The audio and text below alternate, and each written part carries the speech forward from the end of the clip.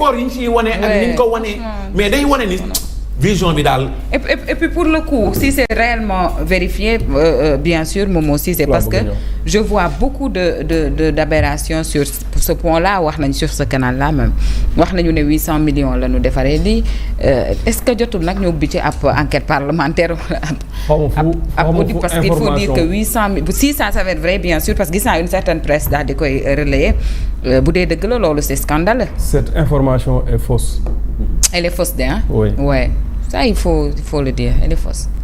Déthié Fall même Omar Ndiaye daf ko bi mu ko envoyé vidéo bi Déthié Fall ci jëmmi boppam moo ko ne ça a été fait gratuit en RSE par l'entreprise matière du temps de Yankoba Diémé. kon leer na. C'est une entreprise française. Ok. moo ko defar may ko c'est dans le cadre des RSE. Oui des RSE. Ouais, ça il faut préciser parce que lii moom bu doon 800. lii mënuñu woon a yebal maire bi muy liggéey ah yow defoo ci daal dañ la ko defaral doo yebal maire bi. oui RSE moom maire commune bi. maire commune bi rek mënoon na ko inauguré. waaw donc lii may wax nii Déthié Fall moom moo ko wax quoi moo ko confirmé donc lu ñu may la dans le cadre benn entreprise française moom moo ko may waa Tengori dans le département de Bignona dans le cadre des RSE. Maintenant bon quand on n'a rien à faire quand on a du temps on passe du temps on perd son temps à faire des choses inutiles. Mais pourquoi ça vous choque? Pourquoi ça a choqué les Sénégalais? Loolu mooy sama problème. Pourquoi 2 ministres de la République jël avion dem inaugurer canal bi mu choqué Sénégalais yi waaye dañoo fàtte ne président de la République saa waay protocole la àndal inauguré ab Lat Dior fasu Lat Dior Thiès. C'est vrai. boo xam ne moom defu ko. C'est vrai. defaru ko maire bi moo ko defar benn monument fasu Lat Dior ak Lat Dior monument la dem inauguré di avec tout le protocole. C'est vrai.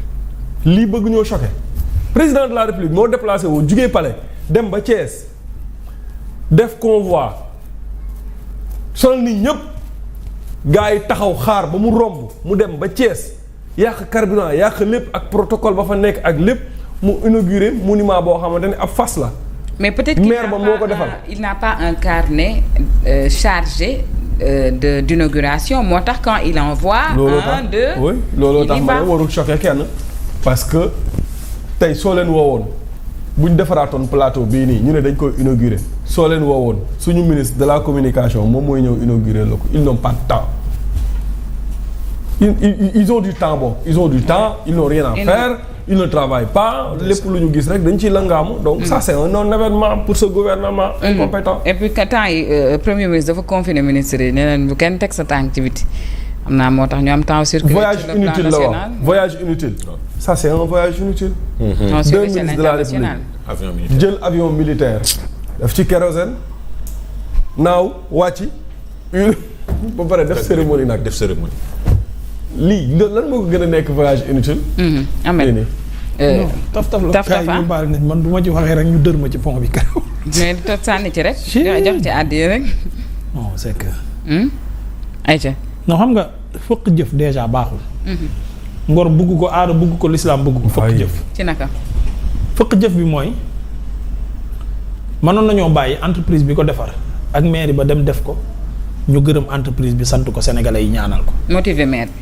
oui fëq jëf gi mooy déplacer tout un gouvernement comme ça ministère yóbbu leen pour ñu inaugurer ak pom loolu mooy fëq jëf gi léegi beneen bi mooy yàkkamti wane ne def nañ dara moo waral lii boo xoolee ci image yi na fi lii da ngay xam ne sax jekk-jekkaluñ ko peinture sax dafa guñ ko bu baax pour mu rafet sax pour au moins bu ñuy dagg ruban bi les images soient belles au moins mais loolu sax defuñu ko yàkkamti ko wane leneen fi ma ci gën a amee lu ma metti mooy la ñu déplacé lépp yóbbu ko fa boo ko calculer woon en terme d'argent defar na beneen pom.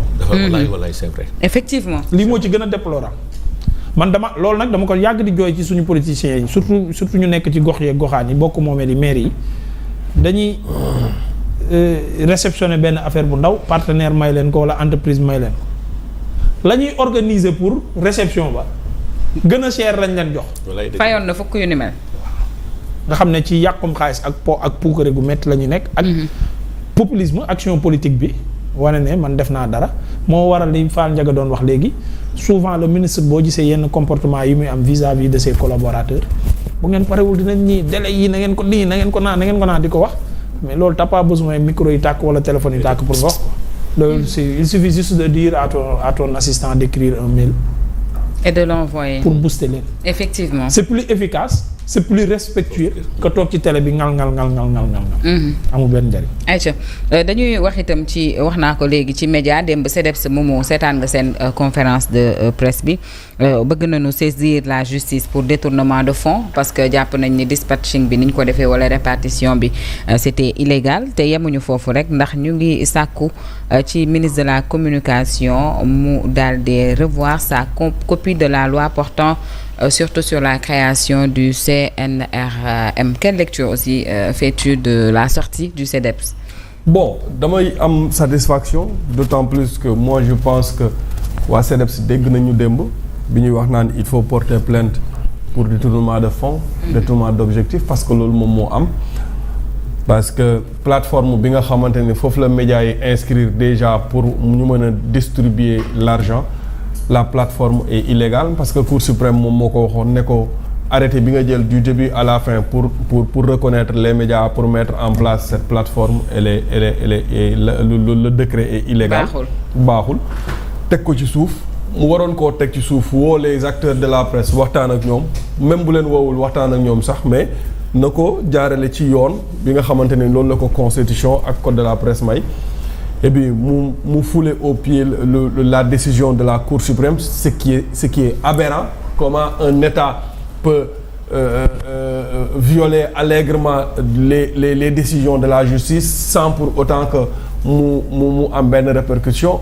C'est-à-dire man suma problème nekkatul sax ci loolu suma problème mooy comment les Sénégalais ni ñu commencé di banaliser ces actes scandaleux yi nga xamante ne moom la état di teg parce qu'un État qui viole une décision de justice qui ne respecte pas une décision de justice président de la République toog di ko xool premier ministre toog di la xool ministre de la justice mu ngi toog di la xool procureur mu ngi toog waa Cour suprême ñu ngi toog di la seetaan yow lijjantiwoo ñoom li ñu wax yow nga def lu la neex après jël xaalis di ko distribuer comme ça bon c'est-à-dire après ça ne choque personne man instant bi loolu moo ma jaaxal naa ne ni ñuy banaliser actes yi état bi di poser et ça c'est pas bon du moment où au fur et à mesure ñuy banaliser genre affaire yu mel nii dafay dem ba dootuñu amati benn institution bu solide dafay dem ba maanaam état bi lépp lu muy def c'est-à-dire